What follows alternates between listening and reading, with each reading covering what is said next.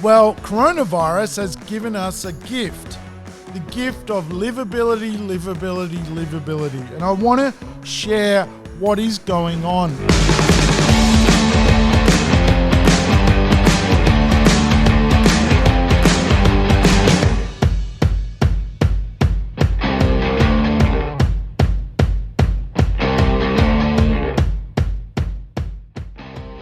Welcome to the Urban Property Investor. I'm your host, Sam Saggers, here to help you crack the code of real estate wealth.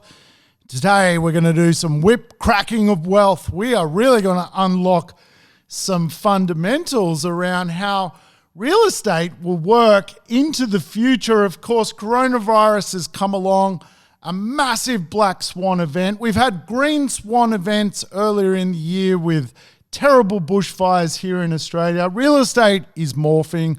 Real estate is changing. If you're an investor today, you need to be across future changes in real estate trends. And today, this podcast is going to give you some great trends around economics, the changing nature of people and place through urbanity, and some huge social trends, which I think you as a property investor need to really understand. Now, if you've listened to my previous episodes, you would understand my story, which has brought me here today to speak to you and lecture upon some of the great extremes that real estate actually has.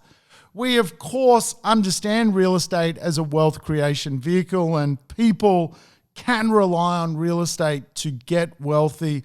I really want this podcast to help you crack on to what is known as the 1% Club, where 1% of people get to live off the financial rewards of real estate, live off passive income.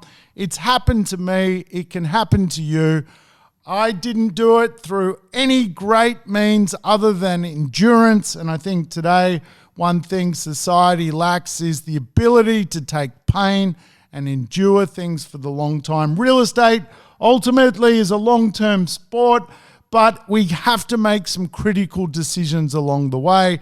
And for me, the big critical decision today through the coronavirus economics is the critical conversation around how people will live in Australia. Will migration morph? Will migration, the great Australian driver of economics, change as an influence of coronavirus? Well, I tell you what, I've got my coffee hot. I'm ready to talk to you about migration. I want you to understand the changing nature of how livability is going to create wealth through real estate. If you want to make money out of real estate, if you want real estate growth, then livability is a massive driver. Of course, Australia is morphing into a have and have not society. So migration is a big underbelly of growth. Remember, inequality is real in Australia. More people are in desperate need of more money. Their wages aren't going to get them there. The Australian government has a big plan by 2051. It wants 40 million people in Australia. Remember, to grow an economy, you do that in 4 ways. The first way, increase your population. It increases the ability for more spending.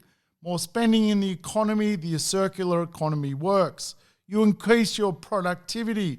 More production, more spending, more money floating around, more wealth in society.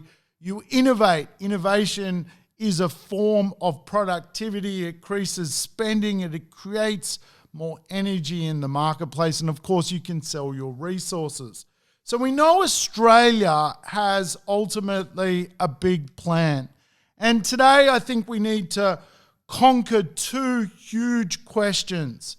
Is immigration going to lead to property values changing? As we know, the borders are shut. Also, what is the evolution of immigration post-coronavirus, the pandemic unfolding, and now that we are ultimately living in a period of long-term contagion? The pandemic is here, folks, and it is not going away. We're seeing the rise of outbreaks. We have just seen Victoria close its borders. Victoria is like the dirty little kid that came to the party and spilled food all over their face. It's failing Australia. It's failing New Zealand. Come on, Victorians, do your bit.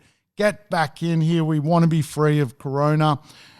Ultimately, Australia and New Zealand have done some great work in tackling the coronavirus, and I think it will lead to a conversation around Australia's brand, what it means at a global level. But let's crack the code of immigration. Let's start with the big picture. As I alluded to, Australia has a business plan. By 2051, it wants 40 million people. To do that, previously, Australia has a quota system. In fact, the quota system of Australia is to bring a minimum of 160,000 new residents into Australia. This is actually a functionality of Treasury here in Australia. Treasury needs 160,000 people or the economy does not grow. Remember, putting more people into an economy creates more spending, creates more circular energy. That circular energy of spending creates more jobs. The flow-on effect is massive for us property investors. Ultimately, property right now is going through a resurgence. Yes, a resurgence. A lot of people are seeing low rates, good rents, and the ability to create growth from rental returns out of their real estate right now. But ultimately, without immigrants, will property values change? Well, of course they will. There's going to be a correction of sorts in places, and I'm going to talk you through the winners and the losers of Corona economics migration move number one.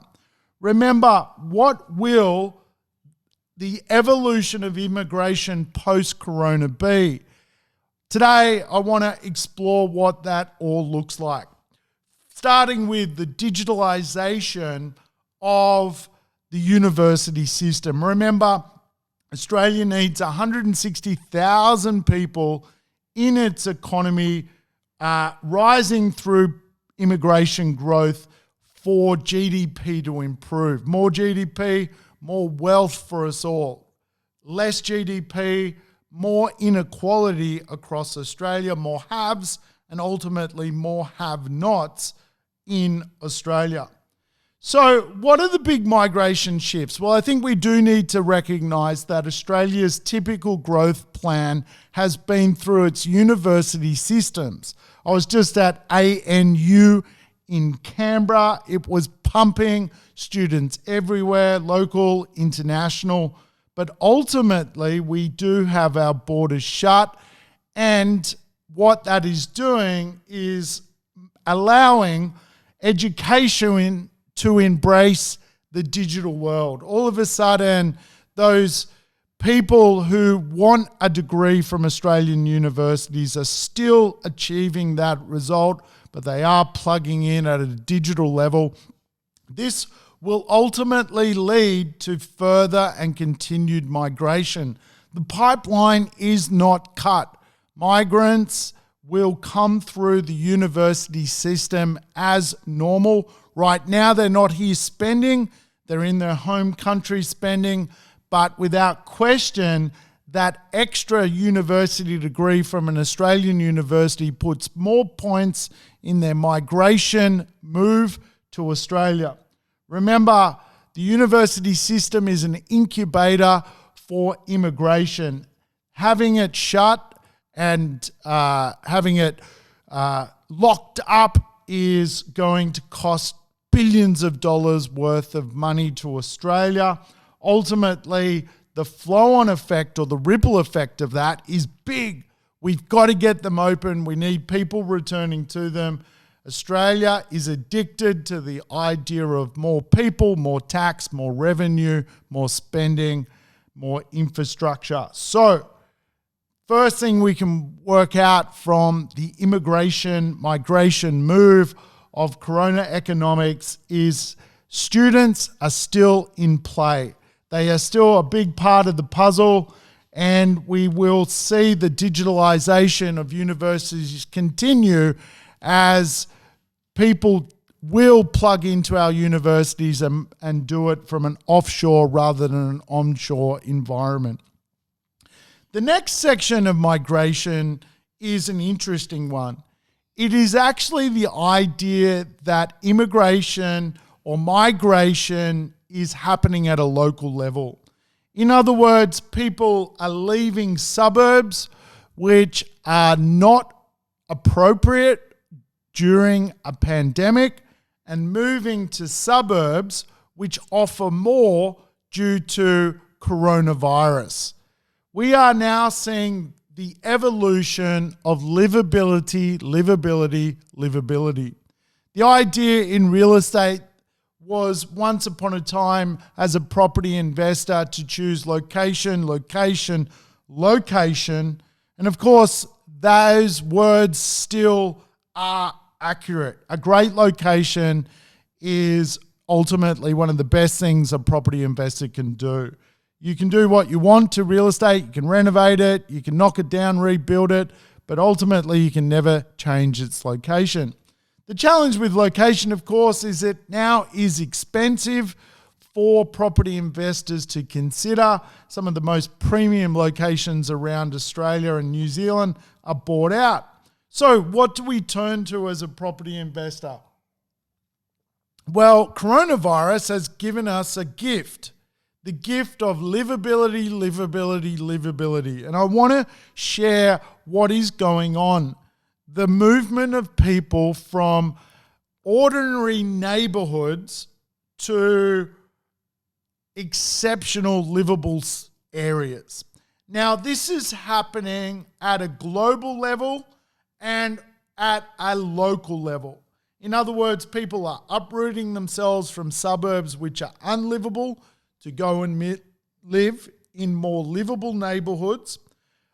Also, you're seeing, obviously, this happen at a massive international level, where today around the globe, we have some big cities. We have mega cities with people of more than 10 million in the city itself. We have large cities from 5 to 10 million, and we have medium-sized cities from 1 to 5 million people.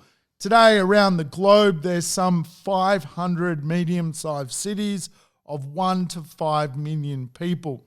These cities are going to be the massive beneficiary of coronavirus. If you today live in a mega city of 10 million people globally, you are seeing a pandemic rip through your city realm. Your public realm is infested with the pandemic itself. And obviously, if you're having to live in a big mega city, you are starting to question that choice, whether you should actually move to a much smaller city, which is more capable of giving you a great opportunity to work, live, and play safer. And so Australia and New Zealand are going to be the beneficiary of the livability movement, firstly at a global level. People will fall out of love with where they're living around the globe. And of course, brand Australia has just gone up exponentially in value. Brand Australia was falling behind from a global immigrant point of view. Places like America, Europe, England, Canada were all superseding the movement of people to Australia and, of course, the movement of people to New Zealand. However, we have medium-sized cities in Australia and New Zealand. And of course, when you come from a global city, a city even like London, all of a sudden you're realizing that potentially there is another way to live life that is going to be ultimately less impacted from a health level, less impacted from an economic level, but ultimately you can move to an Australian city and live in a very, very good urban area for a reasonable price. And ultimately, that brand of Australia today, particularly with the way it has fought coronavirus, is now gone up exponentially in value. Australia's brand is worth twice as much than it was pre-coronavirus. Today, if you were anywhere in the world and you wished you could do click your shoes and do the Wizard of Oz and end up in a new place, you would be betting on Australia. You would be betting on New Zealand. If you could do the Wizard of Oz and you came from Europe, you would be like, get me the fuck out of Dodge. I need to go and live in Australia. So don't misunderstand what is going on. Australia's future immigration is going to be massive, and that's going to play out for property investors. Essentially, we could see the greatest undersupply of real estate and the greatest knocking on the door in the history of Australia's population movement into the future as coronavirus wreaks havoc with the rest of the world and relatively is untouched here in Australia. We also have to really remind ourselves that livable neighbourhoods are absolutely cracking at a time of pandemic. They are really so good for our well-being. Now, the urban world, our urban cities, really our regional cities, Australia has 21 cities which have and carry a livability score. When you analyse the data of those cities, you can see around 30% are ultimately really livable neighbourhoods. They offer everything that you can imagine. So the next manoeuvre of migration is not the conversation around more people coming to Australia. It is actually the conversation of people leaving suburbs, which ultimately are less livable, and paying a premium to live in more livable neighbourhoods.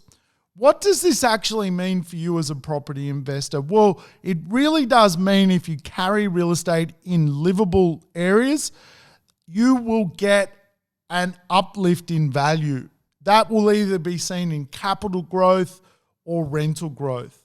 Now, here's the thing. We're all trying to get to this 1% club, the magic 1% club of people who live off real estate passively. In other words, real estate pays them to live. They don't need a job. Real estate is their servant. The rent from real estate pays them for their livelihood. Passive income is a massive mystery to many people, but the endurance of being a long-term property investor is all about getting to the point of passive income. So in reality, if we understand that more people now have a greater respect for livable neighbourhoods, what is going to happen is more people are going to want to live in livable neighbourhoods. And of course, that means the rents are going to go up quicker. And that means for you, ultimately, you can retire faster because you're going to have more income being generated from livable neighbourhoods. The trick, how do you find a less expensive property in a livable neighbourhood so you can invest at the right rate, get the great capital growth, and of course, see your rents double? Well, that's probably a topic for another podcast, but ultimately, if we look at the livability maps available, all of a sudden we see there is a massive correlation between rental growth, capital growth, and the ability of demand. Real estate is an opinion sport. If more people have a positive opinion about an area, that area goes up in value, more money moves into that economy, those local areas go up significantly in value. You really don't have to turn any further. For example, from the southern Gold Coast precinct, you would see on the livability map of the Gold Coast, fundamentally, south of the South Gold Coast Tweed area is booming in value.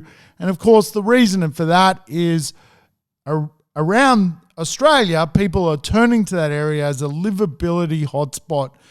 If you checked out, for example, Burleigh Heads, you would see Burleigh Heads today on realestate.com gets twice the amount of views as the Queensland average.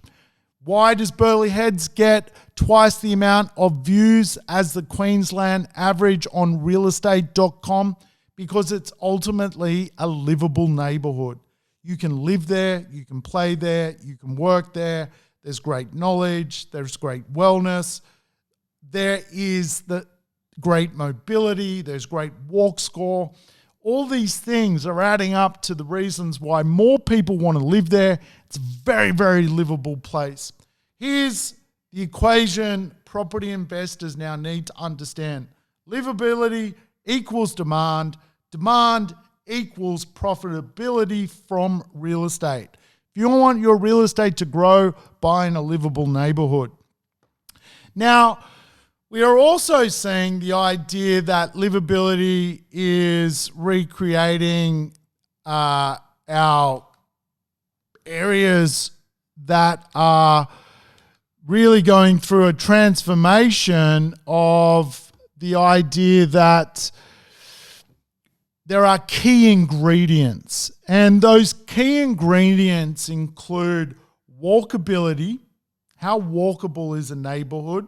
How social a neighbourhood is, the public transport of an area, the food environment of an area, the alcohol environment of an area, the safety of a precinct, the employment opportunities, the housing affordability opportunities, and of course, green space.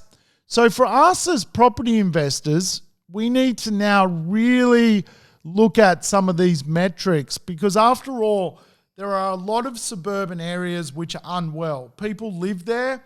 They hate where they live. They are now being put in more lockdown dynamics.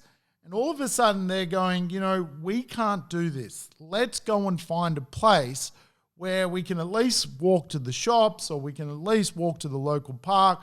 If we are going to work and spend more time at home, the social puzzle is going to change. We are going to change with it. Let's go to the livable areas because they are ultimately going through the great change of corona economics. So what else? What else is unfolding in migration in Australia? Well, we do have the return of the cashed up expat. Many Australians and Kiwis have drifted overseas to Europe, to America, to England to earn those British pounds. And of course, they've earned well, and now they are having the realization that it is time to return to Australia because Australia is the safe haven. New Zealand is the safe haven of corona, the safe haven of many, many economic fundamentals. So what we are seeing is Australia has some highly skilled people that have drifted offshore to earn really, really huge amounts of money. The good news is for us all, they are returning in droves and bringing back with them more money from other economies to circulate in our economy. Where will they live? Well, one would argue for the most part, given how wealthy they tend to be, that they will also explore Australia and or New Zealand's livable areas to be first pick to buy in.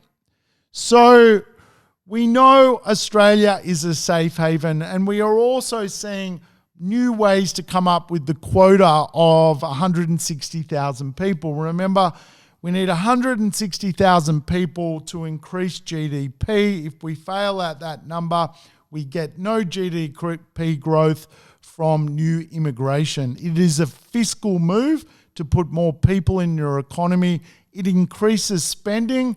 If more people are spending, there are more jobs. If there are more jobs, there are more people who need a home. It is circular in the nature of its economics. And of course, right now you're seeing draft legislation to offer, for example, Hong Kong residents the opportunity to safe haven themselves in Australia. Scott Morrison's not the first Prime Minister to do this type of move, to look at who's in the country. If immigration is slowing, if Brand Australia slows, we can turn to the people who are on temporary residency or temporary visas here in Australia and fast track them to Australian citizenship. Today, there are 17,000 people from Hong Kong who've woken up and realised they don't want to be part of the Chinese communist system in Hong Kong, and they would not mind the opportunity to safe haven themselves here in Australia. And of course, those 17,000 people do help make up that quota of reaching 160,000 for Treasury to increase GDP. So we are seeing some changes, and I hope you're starting to understand some of the brilliance in what is occurring. We've got the Brand Australia, we've got Living Local, we've got the livability movement.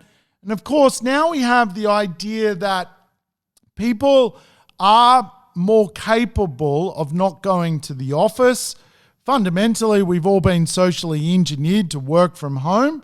If you are an office worker that works in the digitalization community, we are now seeing the transformation of less need to go to the office and actually more ability to connect in a better way through the digital world. This will have a flow-on effect.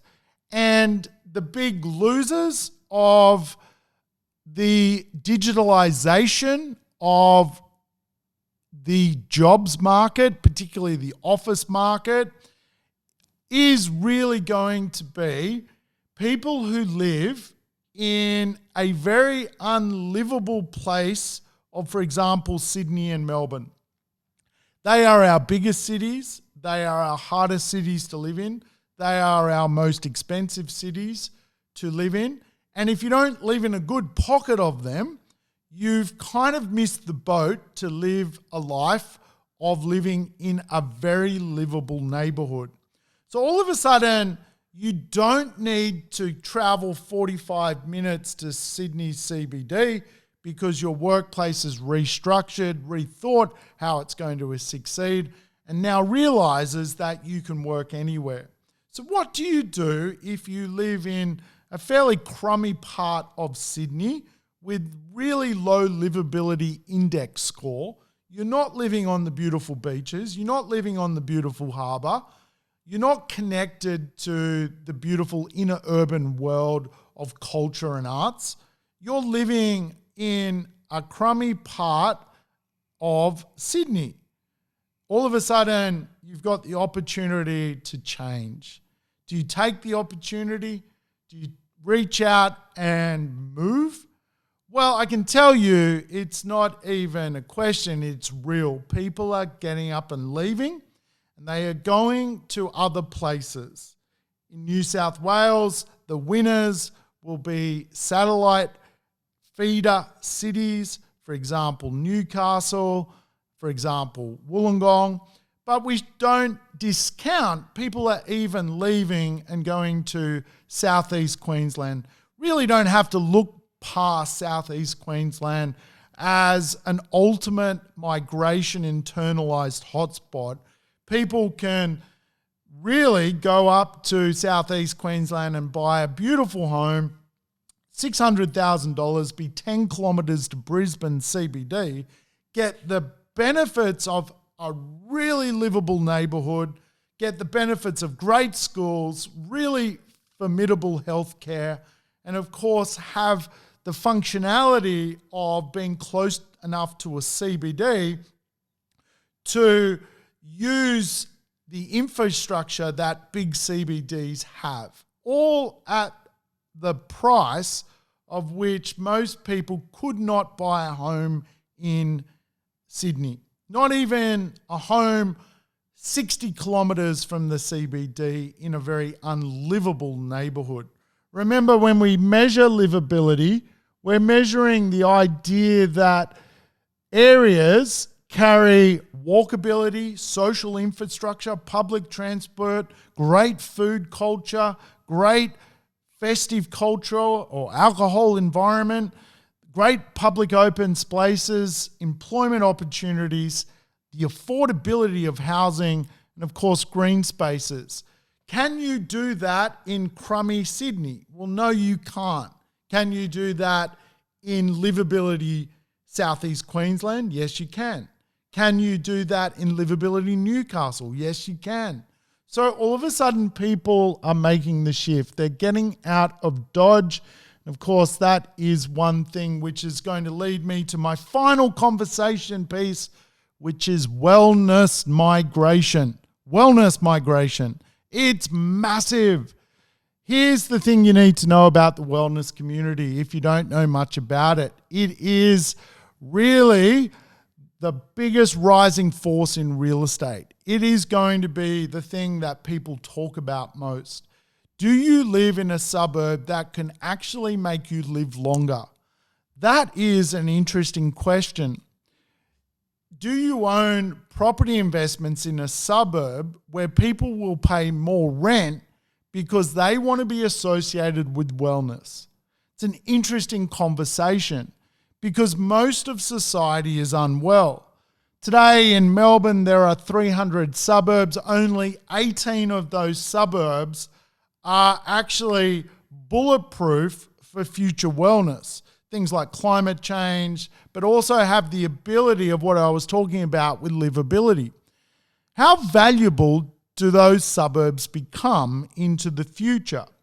All of a sudden, as we see green swan events like the devastating bushfires which started the year in Australia, black swan events like coronavirus, we now realize we are living in a period of continuous disruption. Coronavirus is not new. In 2012, Australia had the Hendra virus. Viruses are part of life now. We just had the Zika virus in South America. We've had Ebola, we've had HIV, we've had MERS, SARS, you name it. We've had so many viruses over the last 25 years. It's the first time, though, an outbreak of this magnitude has happened. So how valuable are livable wellness areas? Areas that specialize in the core fundamental that if you live in the right spot and you live the right way, you're going to live longer. And we can look no further than really our number one wellness community, which is Byron Bay in the north coast of New South Wales. Byron Bay is a wellness community. Today, Byron Bay is one of the most expensive real estate markets in Australia. It's more expensive per house than Sydney. Sydney's average house price is $1 million. Byron Bay supersedes that. Why does Byron Bay do this? This is a small little town and it's got a lot going for it, but it really does have, one could argue, a recuperative energy to it. So there's studies around the world of recuperation and what it means to live longer. Now, you can get some great intel on this. There's a conversation around what is known as the blue zones. The blue zones are 5 places around the world where people won't die. The blue zones include Okinawa, Japan, Sardinia, Italy, and of course Ikaria in Greece. These places people live forever, and there are massive social studies as to what actually goes on to make people live into their hundreds. My great friend Marcus Pearce does an awesome podcast, 100 Not Out. It's all about the idea of longevity. So what if a suburb can make you live longer? Well, I can tell you coronavirus has come along and certainly put the idea of all of a sudden, should we move to a wellness community so we don't have to put up with what the masses are actually putting up with? What you're going to see is people with a little bit of money have the ability to buy health, and ultimately what that means is more capital growth in those neighbourhoods. You probably are seeing that to a degree in Burleigh Heads, the example I just used from REA, realestate.com. you're seeing double the demand because ultimately Burleigh Heads is falling into a paradigm of wellness. You're living close to the beach. You're getting your good food. There's an underbelly of nutrition and diet and focus around sports and recreation and mobility and movement. And all these things, if you study the 5 blue zones, really what occurs in those areas is, number one, lack of stress. Lack of stress. And of course, if you're working from your laptop from home, from in front of a beach, your stress levels are lower. The second key point to living a long life is mobility, movement, not getting in the car and going 1 hour to work every day and 1 hour to get home. Movement, walking to the shop, walking to the coffee shop, walking and moving. This is ultimately a massive part of the puzzle of living longer. So all of a sudden, communities which are absolutely set up to be walkable are becoming so popular from a demand level that they will receive future capital growth. It's a fait accompli. I didn't think I said that right. A fait accompli. The ultimate goal of wellness is for people to live longer, but the byproduct of that is for capital growth and rental growth to occur. We've seen it in Byron Bay. Where is the next Byron Bay? How do you invest at $500,000 or less and find these places? Well, they are out there. Let me assure you of that. I'm investing in them. I'm investing in smart places, wellness communities, and recuperative buildings, which are really redefining what real estate is all about. At the end of the day, migration is morphing. Real estate always changes. To bulletproof your real estate plan, make sure you start to use the behavioral economy influences around economics, which are really being and unfolding on people, place, and of course, property. Today, we've covered migration. I hope that gives you a great insight into what is going on, the movement of people around Australia, the hotspots and the not spots. The tip from me, invest in livable neighbourhoods because they are going to be in far more demand than ever before. And of course, because there's so many people that will want them and there's not that many of them, ultimately real estate comes down to a supply and demand metric. There's more demand, less supply of livable areas. They will rise in value.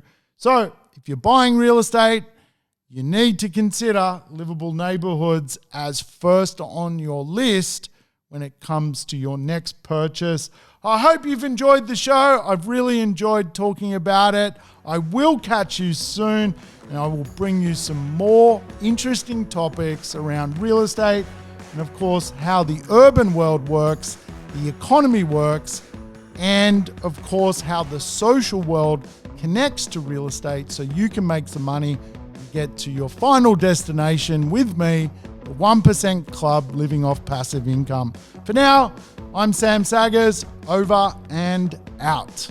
Thanks for tuning in to the Urban Property Investor. To never miss an episode, make sure you subscribe to the podcast on your favorite app or on YouTube. And I would love it if you could give the show a rating and share it with your friends and family. In between episodes, you can always keep in touch with me by connecting on social media over Facebook, Instagram, or LinkedIn. Until we meet again on the next episode of the Urban Property Investor, take care and bye for now.